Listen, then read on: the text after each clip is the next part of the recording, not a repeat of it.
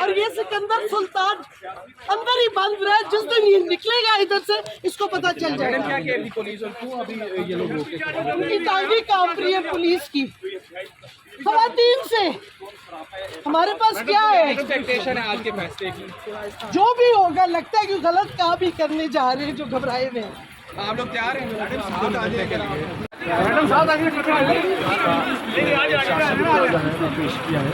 अब देखते हैं फैसला क्या आता है।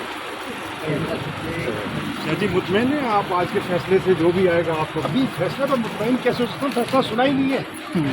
फैसला आएगा तो बात करेंगे ना। सर, आपकी प्रेस कॉन्फ्रेंस के बाद ये तासुर है कि आप लोगों को इन्फॉर्म है कि आज का जो फैसला है वो तहरीक इंसाफ के खिलाफ ही आ रहा है। ये क्या सराहियाँ हैं, ये क्या सराहियाँ हैं और क्या सराही इस वक्त इस संजीदा मसले पे नहीं होनी चाहिए।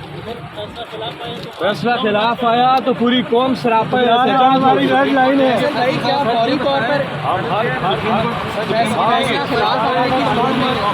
नाज़रीन, ये आपने सुना फैसल जावेद ने कहा कि अगर फैसला हमारे खिलाफ आया तो हो पूरी कौम सरापा एहतजाज होगी। अच्छा